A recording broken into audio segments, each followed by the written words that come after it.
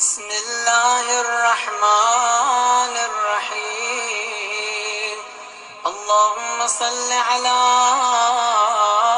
محمد وآل محمد اللهم كن لوليك حجة ابن الحسن صلواتك عليه وعلى آبائه في هذه الساعة وفي كل ساعة وليا وحافظا وقائدا وناصرا ودليلا وعينا حتى تسكنه أرضك طوعا وتمتعه فيها طويلا يا مدبر الأمور يا باعث من في القبور يا مجري البحور يا ملين الحديد لداود صل على محمد وآل محمد وافعل بنا ما أنت أهله في الدين والدنيا برحمتك يا أرحم الراحمين وصلى الله على محمد وآله الطاهرين. اللهم صل على محمد وآل محمد. بسم الله الرحمن الرحيم. Assalamu alaikum wa rahmatullahi wa barakatuh, my dear friends. How are you again? So I would like to welcome you to the RSR program, and so today we are going to have our the material for the first week. So we will start with the Quranic verse of the week. So it is in Surah Al-A'raf, verse number 172. The verse talks about the story of our pledge to Allah subhanahu wa ta'ala, and we will read the verse together and then we talk about it. بسم الله الرحمن الرحيم وإذ أخذ ربك من بني آدم من ظهورهم ذريتهم وأشهدهم على أنفسهم ألست بربكم قالوا بلى شهدنا أن تقولوا يوم القيامة إنا كنا عن هذا غافلين. And mention when your Lord took from the children of Adam, from their loins, their descendants, and made them testify of themselves, saying to them, Am I not your Lord? They said, Yes, we have testified. This, lest you should say on the day of resurrection, Indeed, we were of this unaware. Maybe the words of the verse is quite hard, but we will analyze it together in a very simple way, inshallah. So I said it's the verse of our pledge to Allah subhanahu wa ta'ala. So what can we learn from this verse? The verse tells us that all humans have been asked by Allah before they come to this world the question, Am I not your Lord? So this question is known as the call of Am I not your Lord? or as it known in Arabic, alastu. Alastu, am I not your Lord? So in our session, just to make it easier for you to remember it, I will just call it the pledge. Wow, I made it so hard for you. Alastu, and am I not your Lord? And the pledge. But I'll just make it simple and pledge, because it's one word and it's easy to remember. So when I say the pledge, I refer to this question that Allah asked us, am I not your Lord? So, okay, what does this pledge or this call is all about? Now I want you to open your ears and be fully with me. Okay, so before coming to this world, we have all made a pledge with Allah subhanahu wa ta'ala. Pledge or like promise with Allah subhanahu wa ta'ala that you Allah, you are our Lord. I obey you and only do what you order us to do. And then we came to this world.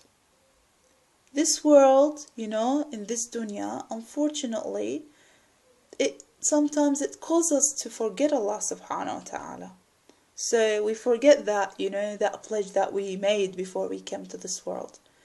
However, we all know that Allah subhanahu wa ta'ala is the most merciful.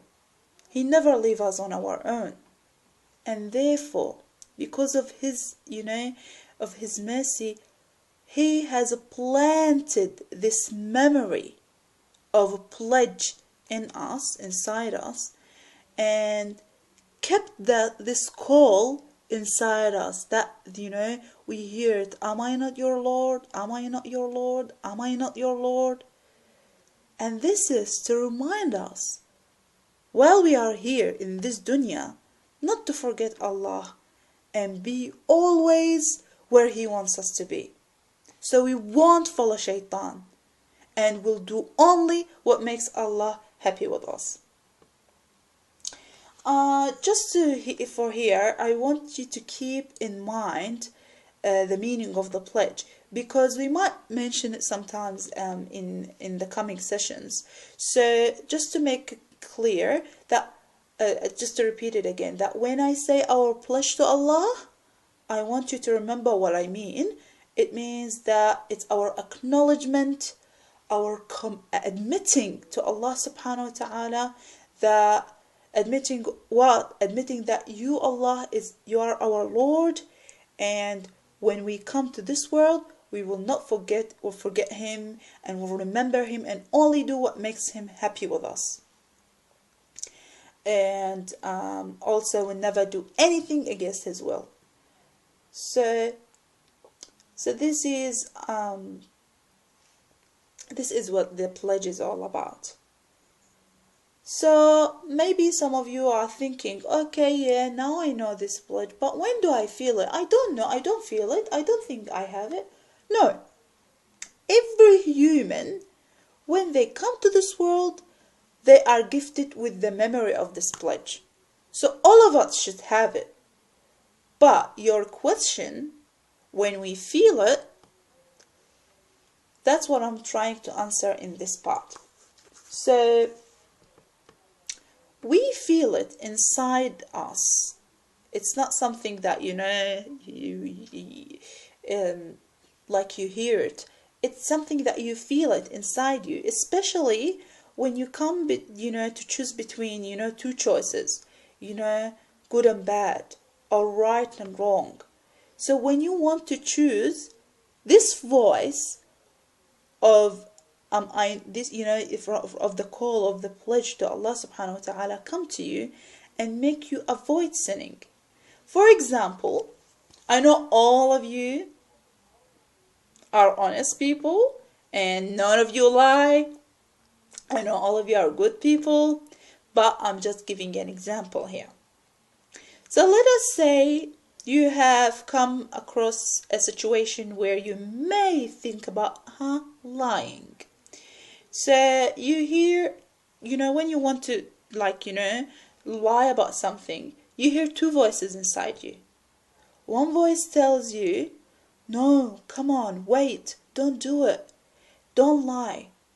and the other voice actually pushed you to do it and actually deceives you.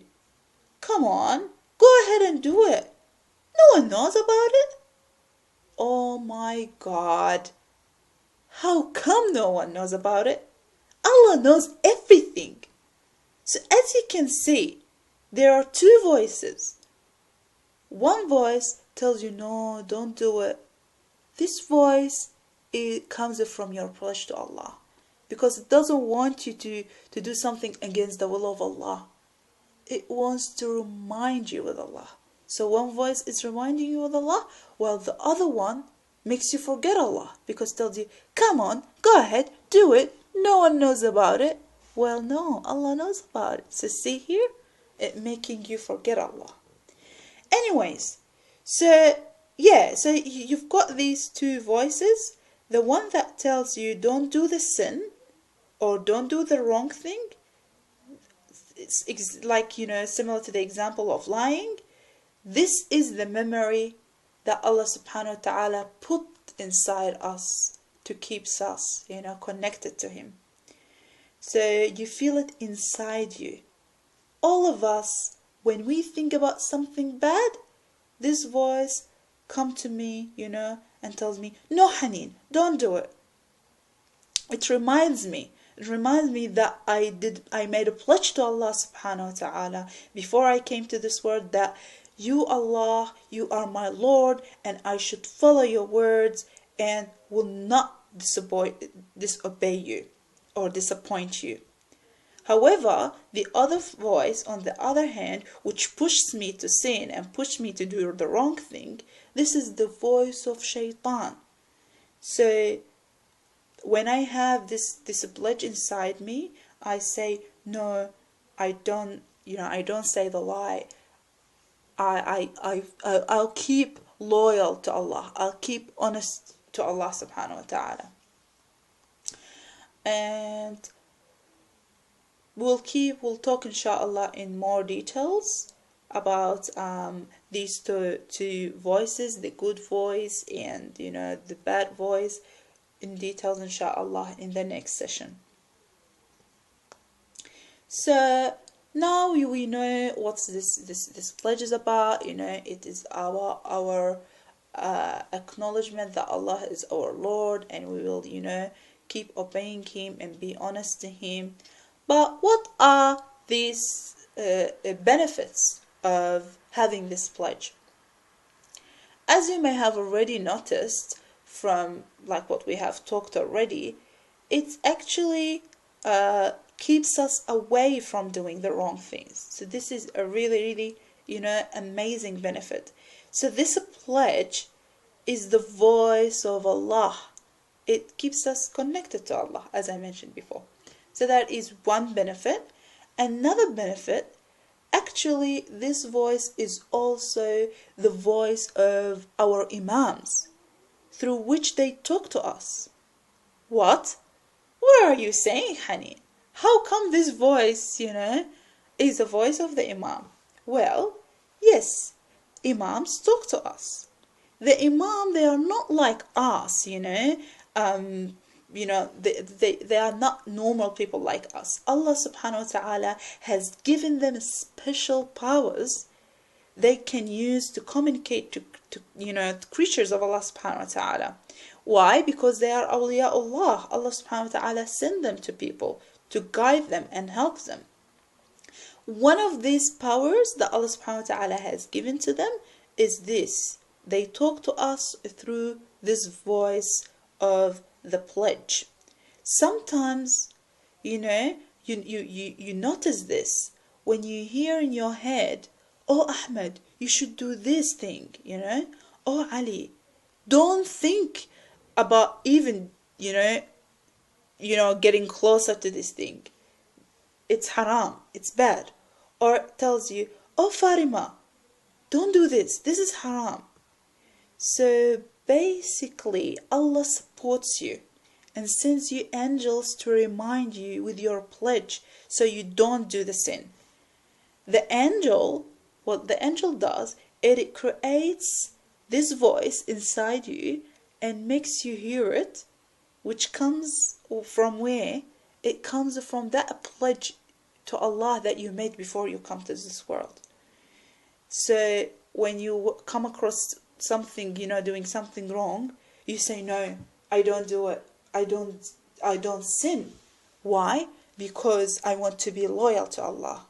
Allah is my Lord, and I don't listen to shaitan.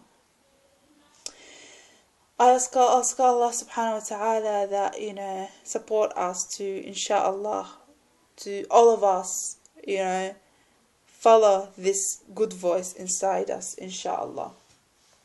But when I say a voice, this voice I'm talking about is not like you are sitting in your room and you hear a human being, talking to you.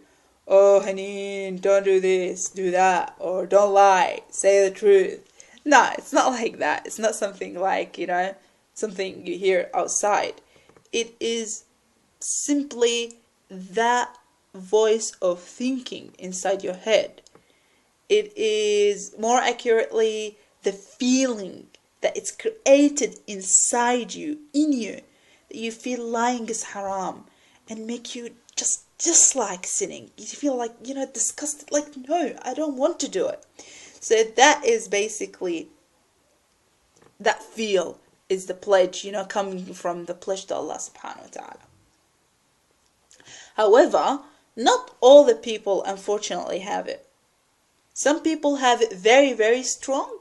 Some people have it very, weak, so and so. And some people don't have it at all. Well, now some of you maybe kind of feel confused. Come on, Haneen, didn't you say that all the humans have it? How come? Some people have it strong, some people have it weak, some people have it, they don't have it at all. What happened there?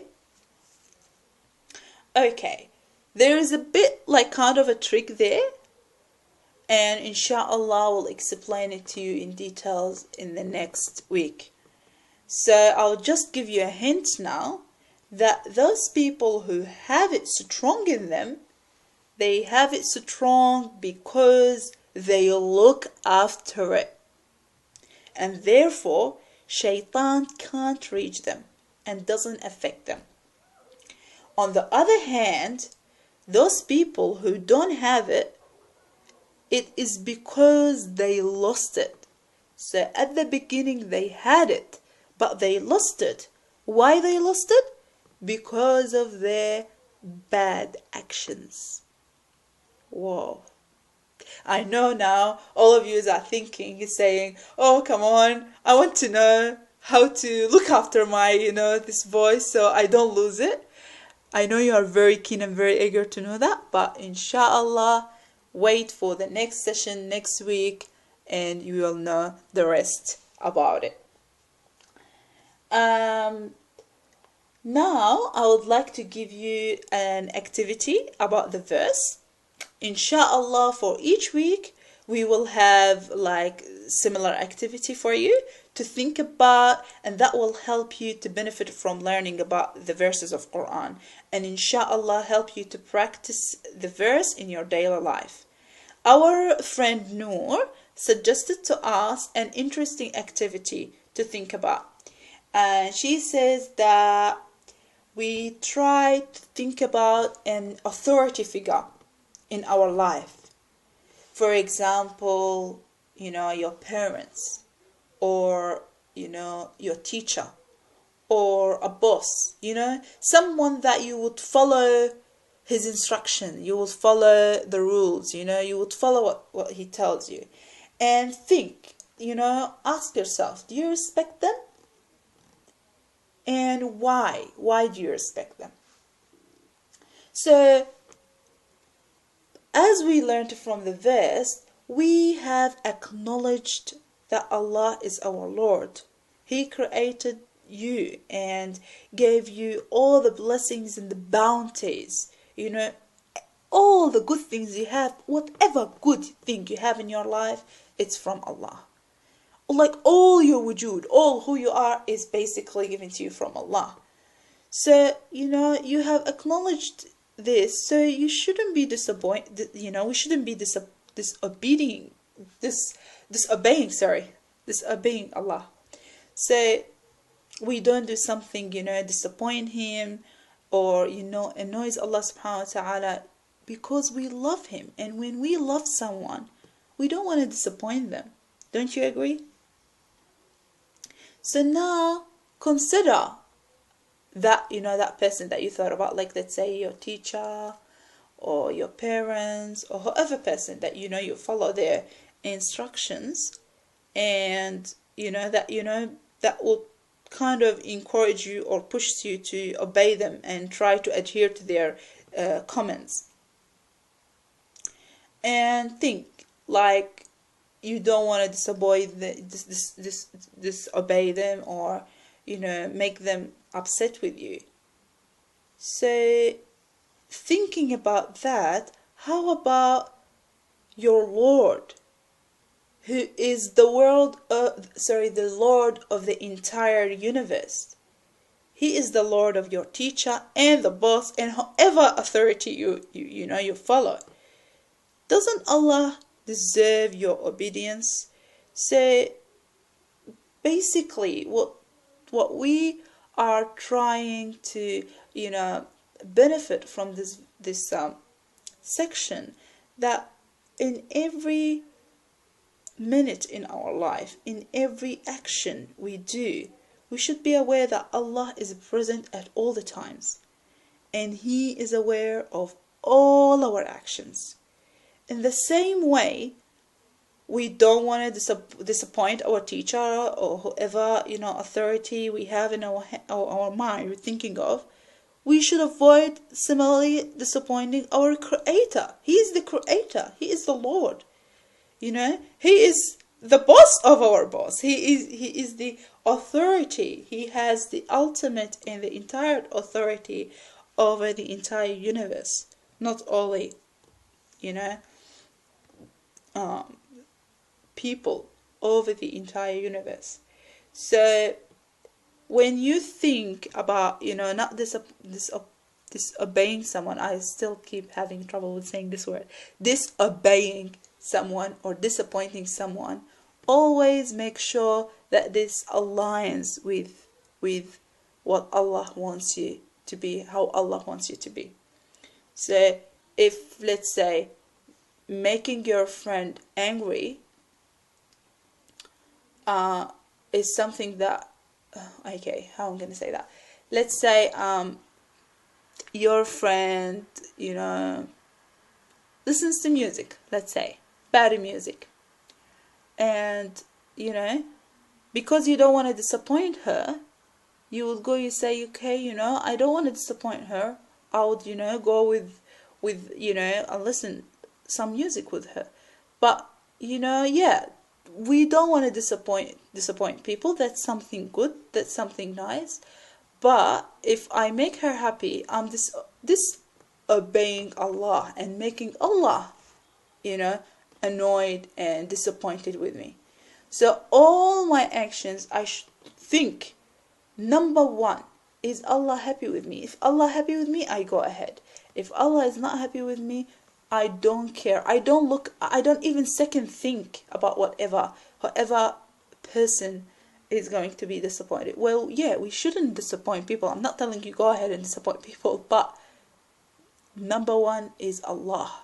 If Allah is happy with me, if that is something that if the Imam is seeing me doing it, or the Prophet is seeing me doing it, then, and they are happy with me, then I go ahead and do it. If they are not happy with me, I should not even get closer to it. So that is what we can learn from this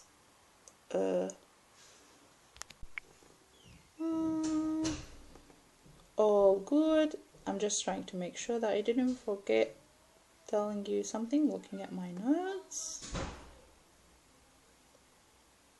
All good. So think about this verse and revise your daily actions and see how many of them you're disappointing Allah, and how many of them you are making Allah happy with you, and try to go towards that side.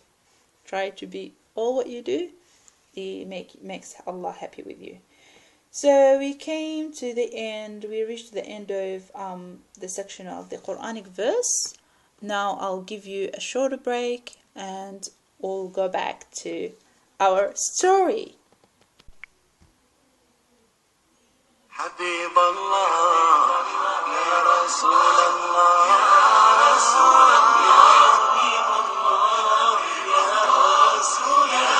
رسول الله يا حبيب الله يا رسول الله يا حبيب الله يا رسول الله يا شفيع الخلق يا سيد الرسل يا حبيب الله يا رسول الله يا شفيع الخلق يا سيد الرسل يا حبيب الله يا رسول الله. Okay, so we are back again to the next section of our session today, inshallah, and learning about honesty. So our friend Malak has found a really interesting story for us to learn from our Prophet Muhammad sallallahu alaihi wasallam to learn about honesty. So the story says that Asma bint Umays, one of the companions of the Prophet Muhammad sallallahu alaihi wasallam, she went with other ladies to visit the Prophet Muhammad and sallallahu alaihi wasallam, and they found there was no food in the house of the Prophet except of a small bowl of milk. So the Prophet got this bowl and he drank some of it, and then he handed it to Aisha to drink from it. Aisha felt so shy to take it, and Asma, the lady who's narrating the story, she told her, "Come on, take it. This is don't refuse the Prophet of Allah. Take the bowl and drink the milk." So Aisha did drink the milk, and then she put it back, and then the Prophet told her, "Pass it to the other ladies so they drink from it." But the ladies said, "No, oh Prophet of Allah, we are fine. We're not hungry." The Prophet looked at them and said, "Come on, don't," well, he said, it didn't say come on. This is what I'm saying. The Prophet of Allah told them, "Don't gather lying and hunger together." So basically what the story is saying is that they were lying and hungry at the same time. And then Asma, the lady who was narrating the story, she asked the Prophet, "Oh Prophet of Allah, if we have an appetite for something but we deny having it, would we be considered have uttered lie?" Uttered means, have said lie. The Prophet Muhammad ﷺ told her, "A lie, even if trivial and insignificant, it is recorded in the book of deeds." Allahu Akbar. That is something really, really big.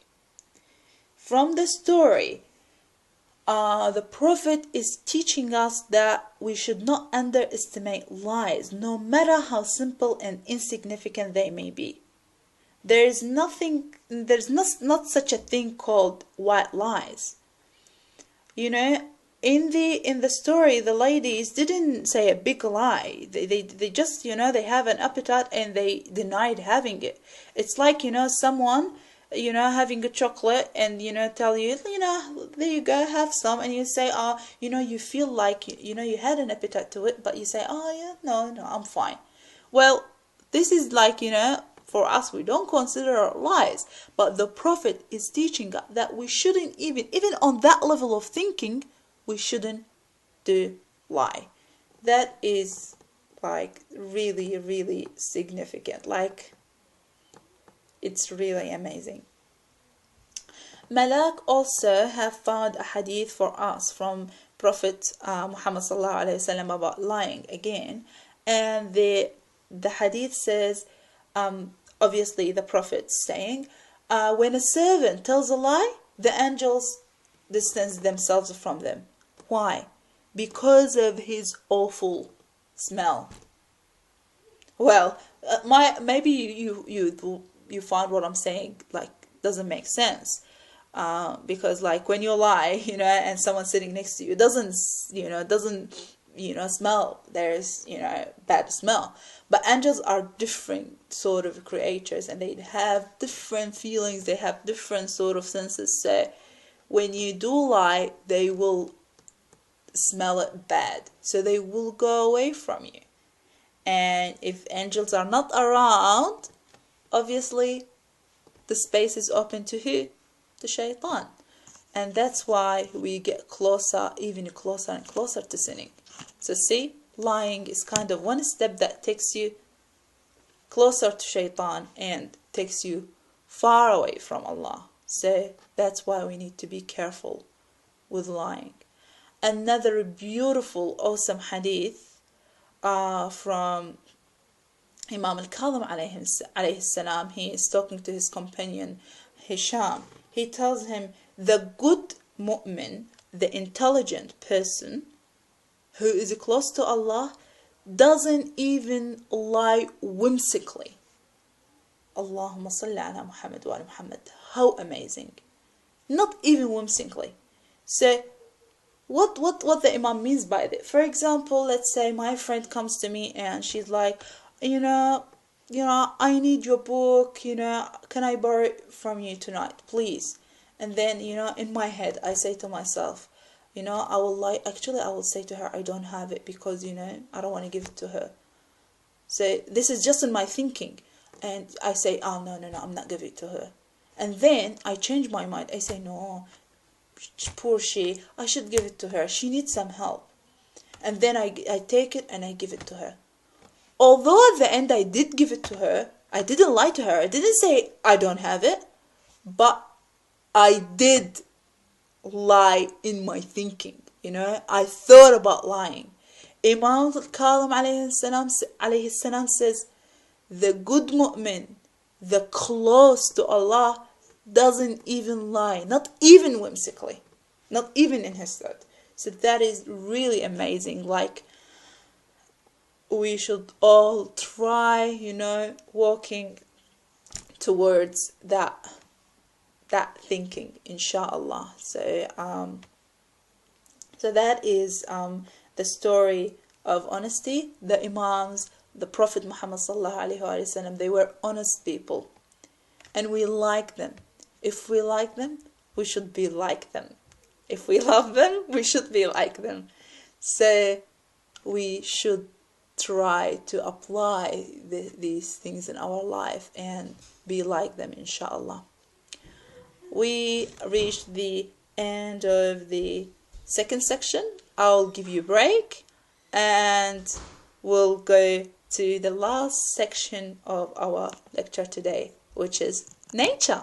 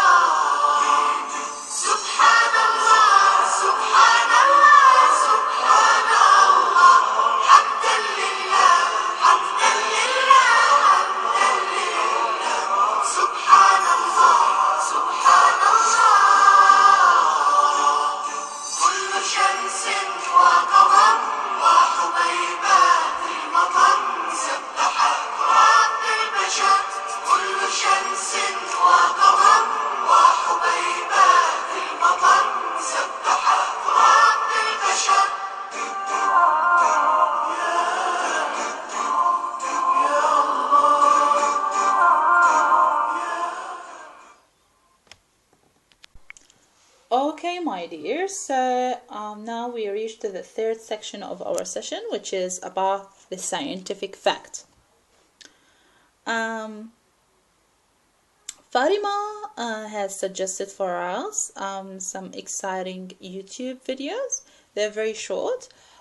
You can watch them on your own and think about some of the questions that I will tell you now.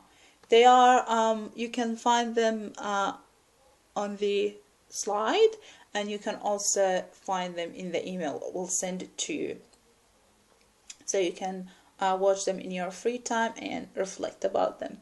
So maximum in total it will be around 50 minutes, so they are not long. So the idea why we thought about, you know, talking something about, you know, nature, it's because like thinking and learning about the creation of Allah, like you know, like the moons, like the stars, helps us to increase our knowledge and gets us closer to Allah. So it is something really good that we consider during these months. And the topic that we chose for this week was the lunar eclipse and the moon phases. So learning about this beautiful creature of the night, which is the moon. So, you know, when we learn about these things, when we learn about the khalq of Allah, you know, we learn about His beauty, about His qudra, ability, and the power that is, you know, shown in His creation. So it's something, you know, amazing. It will have effect on our souls, and we feel closer to Allah. We feel, you know, more spiritual. So Fatima suggests you that when you watch these movies, we try and think about these following things that I'll mention now. So after you watch the moon phases, the different phases of the moon, you know how we have full moon and crescent and half moon, you know, so different phases. She asked us to think how is that related to you know, the crescent of Ramadan or the crescent of Eid al-Fitr. So because Ramadan starts on a new moon, how is that related to the different phases of the moon? That is something interesting, isn't it? And also, if you imagine the earth and the moon, the earth is like a big ball floating in the space, and there is another small white ball, you know, moving, circulating around it.